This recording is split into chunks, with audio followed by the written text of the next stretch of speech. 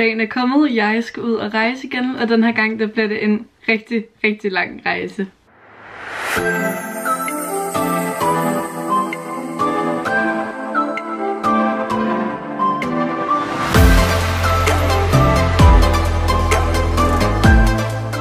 I morgen der drager jeg ud på det vildeste eventyr, og jeg kan ikke vente. Derfor så skal vi i dag lave en pakke med mig. Jeg mangler et par småting at købe, som jeg skal ud og købe i morgen.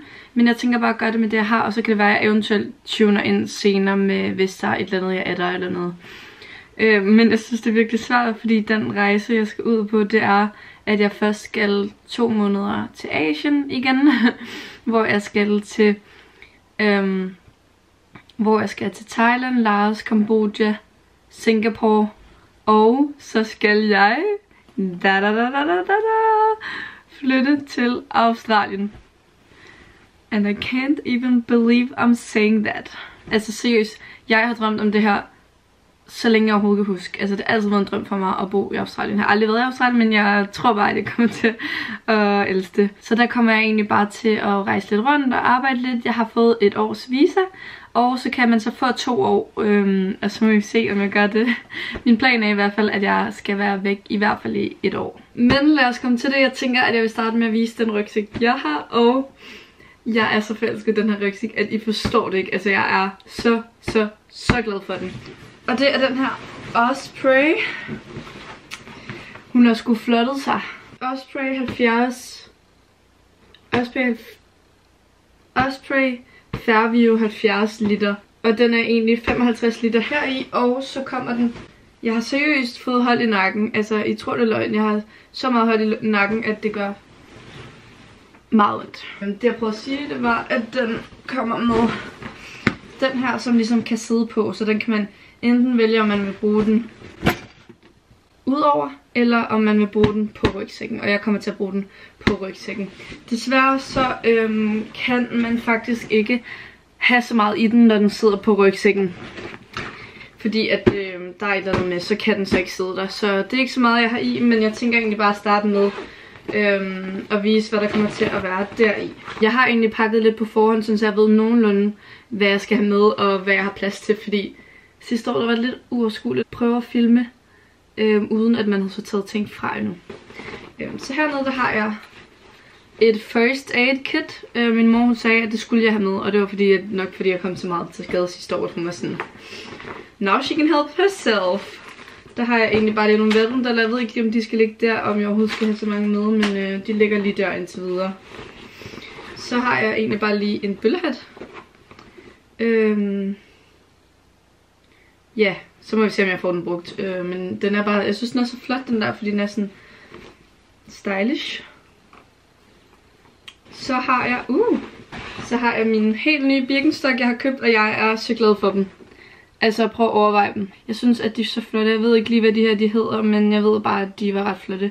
Og jeg fik dem seriøst til sådan noget 500 kroner. So I am very excited about that. Så har jeg et lille bitte tørklæde, og det virker måske lidt dumt, fordi at jeg skal til varme lande. Men det er simpelthen fordi, tit på de der værelser, man bor på, så er der bare så koldt, fordi jeg bor på hostel. Så er der så koldt, og så bliver man syg. Og så derfor så tænkte jeg, at det var meget smart at have et lille tørklæde med. Og det sidste, som fylder alt for meget, og som er virkelig irriterende, men som jeg ikke kan leve uden, det er et helt lager af kontaktlinser. Så der er simpelthen kontaktlinser til et halvt år, og der er nogen, jeg mangler at pakke. Og lige hvad der er her i indtil videre, og så må vi se, men der kan jo ikke rigtig være så meget mere i, fordi så kan den ikke sidde på tasken. Nå, så kommer vi til, hvad der kommer til at være i min store taske. Jeg pakker i sådan nogle packing cubes, og det burde alle gøre. Det var bare det, jeg ville sige. Jeg har et par klipklapper med, også fordi jeg synes også, det er meget fint at have nogen, bare sådan nogle, du lige kan træde ned i, eller tage på stranden i, eller sådan noget. Så dem har jeg. Jeg håber, jeg kan pakke den lige så godt igen bagefter. Okay, så det krævede sved og tårer, bare i lugten. Så har jeg min toilettaske med altså sådan noget shampoo og sådan noget. Og det er sådan en her, hvor man kan hænge. Fordi det tror jeg, at man bliver mega glad for. Og det havde jeg set på TikTok, der var rigtig mange, der gjorde. Så indtil videre, der har jeg der egentlig bare 2 tandbørster, en tandpasta. Så har jeg sådan nogle der Når I kan overhovedet ikke se det jo, så er det flot. Nogle her, som jeg lige fandt, som jeg egentlig bare tænkte ville være meget gode til sådan rense sit ansigt. Bare lige nogle flere kontaktlinser. Så har jeg, det skal altså også lige siges, jeg er altså lidt af en overpacker. Overpacker.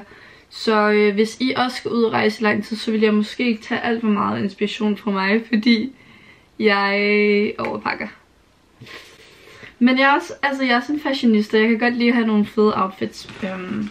Det betyder meget for mig. Jeg har sådan en her tingelidut, som skulle gøre noget for håret. Fordi sidst synes jeg simpelthen, at det fik så... Mit hår det tog meget skade, da jeg var ude at rejse. Så der tænkte jeg, at jeg skulle have noget til håret. Så har jeg de shampoo, jeg egentlig plejer at bruge. Eller shampoo og balsam. Som jeg bare tager med, og man ved bare, at der går 1 måned, og så løber man tager, og så skal man bruge et eller andet crap dernede. Men nu har jeg det i hvert fald. Så har jeg en barberskum. Jeg ved ikke, hvorfor jeg gjorde det der. Og jeg ved ikke, om jeg skal have begge de her med, men den her er virkelig god, som er sådan en UV-spray, som også bare dufter sådan vanvittigt godt. Og den er fra Antonio Axo. Så skal jeg faktisk også lige have nogle skarper. Det var overhovedet ikke det, jeg skulle bruge. Ved I, hvad jeg også lige fandt, som jeg også lige puttede ned i? Tampons. Nå ja, jeg har også en negleklipper hernede. Havde jeg ikke også lagt noget hernede i? Sådan nogle fætre. Så pakker jeg lige de her 2. Jeg bruger synes altid de her skarper, dem der hedder et eller andet sensitive. De koster 49 normalt, og det er det eneste, jeg bruger. De er så gode. Så har vi den første packing cube, som jeg har lidt en idé om, at jeg skal have noget ud af, fordi it's very big, og jeg føler lidt, at det er sådan nogle nice to have ting. Jeg burde virkelig ikke lave den her video, fordi at, man burde virkelig ikke pakke så meget, som jeg gør. Men hey, jeg skal også være væk 1 år. Men det kan være, der lige er noget, jeg skal tage ud, mens jeg lige går igennem det her. Alt det første, jeg tager op, det er en grøn kjole. Det er egentlig bare for at have en... der er stadig mærke i. En dress nice kjole. Bam badam. Til hvis man nu lige skal se lidt pæn ud. Det vil man jo også gerne nogle gange. Der er alt for meget her jo. Hvordan griber jeg det her an? Nej. Så har jeg egentlig 3 af sådan nogle små kjoler, man lige kan tage på. Eller sådan til stranden. Eller et eller andet. Like this. Så der har jeg 3 der. Burde måske tage en fra. Ja. Så har jeg nogle sæt. Jeg har den her skjorte, som jeg allerede har haft brugt et par gange. Som jeg virkelig elsker. Og der har jeg faktisk et par matchende bukser til. Men de ligner lidt, at de er lidt mere hvide end skjorten. Men det er jo nok, fordi den er blevet vasket. Så har jeg... Jeg kan godt se nu, at det er jo klart, den er så fyldt, den rygsæk. Matchende shorts også. Men det er jo smart at have. Det er det jo. Så har jeg den her. Der findes også shorts til, så det er sådan en lille cute beach set. I kan godt se, at fashion bliver altså vægtet højest her. Og så har jeg en t-shirt her. Så det var egentlig den første packing cube. Jeg skulle aldrig have lavet den her video, fordi... Hvad hvis jeg aldrig får plads til det igen? Nå. Så i den her har jeg noget undertøj. Jeg tænker ikke, at gå så meget i dybden. Det er måske ikke så spændende. Jeg har egentlig bare taget en hel masse undertøj og bare proppet ned i. Og så er det ligesom det. Så skal jeg ud og have købt nogle nye strømper. Jeg har også noget lidt pænere undertøj, fordi jeg går ret meget op i mit undertøj. Så har vi toppe og overdele. Der burde jeg også lige tage et par stykker ud. Så jeg har 6 toppe, som er sådan nogle off-shoulder toppe. Det har jeg i hvert fald. De her, de er mega lækre. Dem købte jeg på ASOS, og det er seriøst bedste materiale ever. Så har jeg 3 af sådan nogle her toppe. Sådan med stropper i. Har jeg egentlig også den her. Og jeg har også en sort. Har jeg en lille t-shirt. Og jeg har 2 body stockings. Jeg havde en til af dem med stropper. Så har jeg også den her. Nu vil lige prøve at tænke lidt. Ja, okay, jeg havde også lige en t-shirt her. Der skal jeg vist lige tage noget fra. Men det er hvad jeg har nu. Nå, jeg har også den her. 10. Okay. Toppe fylder jo ikke meget, så... det gør jo ikke noget. Ja, så har jeg simpelthen valgt at tage en neddel med, som fylder halvdelen af min rygsæk. Men jeg kan ikke undvære den. Det føler jeg virkelig ikke, jeg kan. Det er den her lange hvide nederdel, og jeg elsker den her nederdel, og jeg kan bare ikke se mig selv være afsted uden den. Men den fylder simpelthen så meget her. Så det vil nogen jo mene ikke var så smart pakket. Men går vi videre til næste packing cube. Underdele. Jeg har et par hørbukser. Så har jeg også et par hørbukser på. Altså ikke nu, men når jeg skal rejse. Au, hold i nakken. Jeg har et par hørshorts. Jeg har et par denim shorts. Helt perfekte denim shorts. Og jeg manglede virkelig at have shorts med sidste år. Så det har jeg virkelig sat for at få pakket i år. Fordi man har bare brug for, altså vitterligt ikke, du har brug for shorts, t-shirts, toppe. Og du behøver egentlig ikke andet. Siger jeg, som de har vist, at jeg simpelthen har 25 toppe med. Jeg må lige se, om jeg ikke kan lave lidt ændringer. Så har jeg egentlig taget 2 nederdele med. Jeg føler godt, at jeg kunne tage den ene fra. Men det er altså bare også virkelig rart at have sådan... Ej, den er sgu måske lige beskidt nok. Den var altså også igennem den helt store tur sidste år. Det kan godt være, at jeg skal sige, at den lader lid. Der er altså nogle pletter og noget. Vi tager den fra. Ja. Så har jeg 2 par af sådan nogle her shorts. Fordi you also need a black pair. And you also, of course, need a grey pair. Og de er også bare seriøst perfekte. Og de passer mig perfekt. Og jeg er i chok over det. Elsker, elsker. Og jeg har givet 100 et eller andet helt crazy. 120 kroner eller sådan noget per stykke. Så har jeg de der shorts, der passer til den der skjorte. Altså det er bare så cute set. Og det, I need that. Please ikke tage min råd, okay? I behøver virkelig ikke tage så meget med. Jeg har de her shorts, fordi de er bare altså virkelig også cute. Og det er bare sådan nogle, du ved, der også bare lige er lette lige at hoppe i. Så har jeg dem her. De fylder altså ikke noget, så det er fint nok. Som også bare er sådan nogle, du ved, du lige kan slandre rundt i. Så har jeg et par sorte. Bare sådan nogle sports shorts. Og det var hvad jeg lige havde hernede i. Jeg har også tænkt, at jeg skal pakke alt det her igen. Jeg håber virkelig, at jeg tager noget ud. Fordi hold nu ferie. Bogstaveligt talt, hvor er der meget. De her 2 træningssæt fra Power Culture. Favoritsættene med seriøst bedste sports-BH, der findes. Og det har jeg også i sort. Hvorfor bliver jeg helt forpustet? Så har jeg også i sort. Og det er altså godt at have også, hvis man bare skal sådan hike og sådan noget. Okay. Den der nakken slår mig ihjel. Så går vi simpelthen til den sidste packing cube. Som er... Hvorfor er den så stor? Det er mit badetøj. Det skulle være stået i et år, så jeg vil bare gerne have en masse fine bikinier, jeg kan tage billeder i. Nu gik den i stykker med en packing cube. Ej, det er altså noget billigt bras, det her. Den her gule bikini, som jeg overvejer lidt om, er en af dem, der skal lade livet og blive hjemme. Så har jeg en helt almindelig sort en. Det manglede jeg virkelig sidste år. Bare sådan en trekants halløj der. Dofus Mias åndskabsaktieselskab. Det er fordi jeg tænkte på hvad er det nu? Så har jeg den her badedragt. Sådan en havde jeg præcis med en til sidste år. Og jeg elskede at have den. Også fordi hvis man også for eksempel skal dykke eller sådan noget, så er det meget rart at lige have en badedragt indenunder. Så har jeg den her, som jeg seriøst elsker. Som er seriøst min favorit. So I need that one. Jeg har så åbenbart også valgt at købe i en anden farve. Så må jeg jo lige overveje, om man virkelig behøver at have 2, der ligner så meget hinanden med. Der skal jeg lige tænkeboks, kan jeg godt mærke. Så har jeg en blå bikini, fordi det skal man selvfølgelig også have. Så har jeg en helt almindelig hvid bikini, fordi you also need that. Og selvfølgelig har du brug for 2 af dem. Men den her, den er lidt mere fin. Den har sådan nogle virkelig fine detaljer. Se, flot ryg.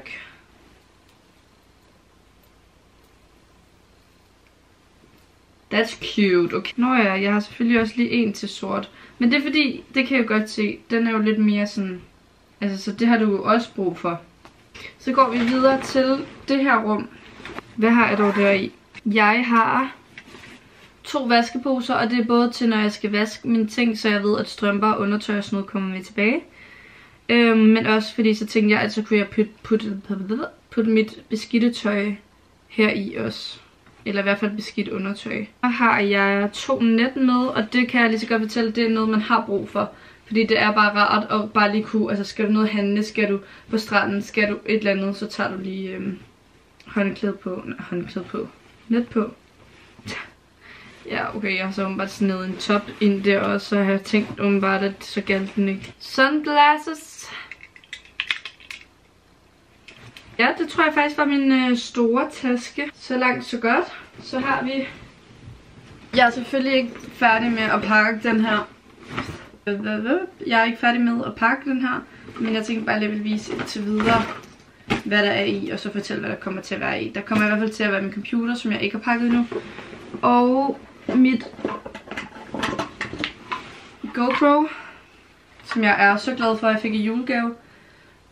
Og selvfølgelig det kamera, som jeg filmer på. Min makeup taske. Og powerbank. Jeg har et par natbriller og en højttaler, hvis der skulle være et tidspunkt, man fik brug for det. Jeg har en håndsprit, den kommer nok til at være i min lille taske, som jeg har på. Jeg har nogle servietter, vådservietter. Så har jeg lige noget tilbehør til mit GoPro. Jeg har en skål, og så har jeg bestik. Det var også noget, som jeg fandt ud af sidste gang, at jeg havde brug for. Så kan du altid bare købe noget cornflakes, eller sådan et eller andet, så du ikke nødvendigvis skal sådan ud og spise. Og så har jeg denne her. Og jeg mangler lige at pakke nogle ting også. Og ja, jeg kommer også lige til at have en kasket eller to med i min turtaske. Jeg tror faktisk 2, fordi jeg tror, det bliver virkelig rart at have sådan en kasket, man bare lige kan tage på. Og bare også de her balleriner, jeg lige fået. Jeg føler bare virkelig også, de skulle med. Okay, så det krævede sved og tårer. Pakket det hele igen. Og jeg ved ikke hvorfor. Jeg har seriøst taget alt det her fra. Prøv at se. Alt det her har jeg taget fra, ikke? Og jeg kunne bare ikke lukke den. Altså det kunne bare ikke være der. Og det er stadig, altså jeg føler overhovedet ikke, at det pakkede lige så godt, som det var før. Men it's packed. Okay, det ser gigantisk ud. Nu har jeg fået den her rygsæk, ikke? Den sidder så godt. Nu skal jeg selvfølgelig lige passe på min nakke. Au. Ej, altså det føles som om, jeg har ingenting på ryggen. Det må jeg bare sige. Altså, I kan ikke fatte, hvor godt den her rygsæk, den sidder.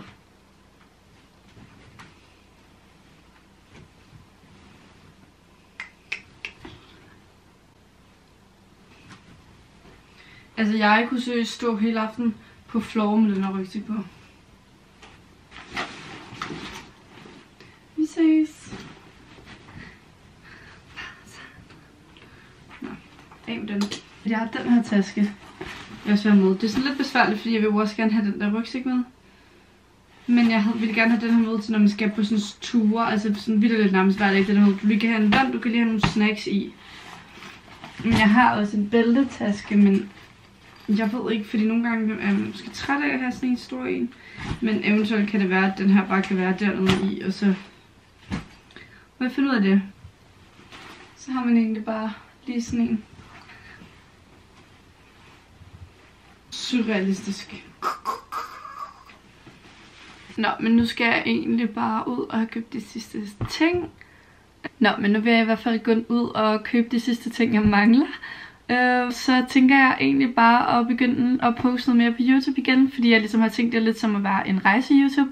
Nu skal jeg jo rejse i et år, måske mere. Så jeg tænker, at der kommer en masse op her, og så jeg håber virkelig meget, at folk vil følge med. Jeg håber ikke, at den her video bliver for lang, fordi at, hvis ikke I har opdaget det, så har jeg en tendens til at snakke rigtig meget. I hvert fald, tusind tak for, at I vil følge med. Jeg håber, at I vil følge med på den her rejse. Jeg glæder mig så ufattelig meget. Jeg kan ikke forstå i mit hoved, at det er i morgen. Ej, jeg blev helt rørt. Ej, men det er bare fordi, jeg har seriøst arbejdet så hårdt. Jeg har ventet så længe. Det var først nu, det sådan gik op for mig. Jeg er bare så glad. Jeg er så glad. Jeg er så lykkelig over, at tiden er kommet, og jeg endelig skal have sted igen. Det var så svært, siden jeg kom hjem på min sidste rejse. Altså, det er virkelig ikke for sjovt, det der med, at man sådan... Altså, jeg har virkelig haft svært ved at tilpasse mig herhjemme og sådan noget, siden sidst jeg kom hjem. Og jeg vidste jo bare, at jeg ville afsted igen. Og nu er dagen endelig kommet, og jeg skal afsted helt alene med min rygsæk, som nu er pakket. Og jeg glæder mig bare til det her kæmpe eventyr, der venter. Ej, det havde jeg virkelig ikke lige regnet med. Jeg glæder mig bare så meget. Og jeg er bare så stolt af mig selv, fordi det har været et mega hårdt år, og det har været mega hårdt optakten til at skulle afsted og arbejde fucking meget, og har boet hjemme hos min mor, mens jeg arbejdede i København, og jeg har bare været en masse ting. Så jeg er bare så stolt af mig selv over, at jeg står her nu og skal afsted. Ej, hvor er jeg ynkelig. Hold da op, det kom bag på mig. Det havde jeg ikke lige regnet med. Det tror jeg var første gang, det ægte gik op for mig. Ej, jeg skal lige... Ja. Men ja, tak fordi I så med. Jeg håber, I vil følge med i fremtiden. Jeg glæder mig så meget til det her eventyr. Så ja, hej hej.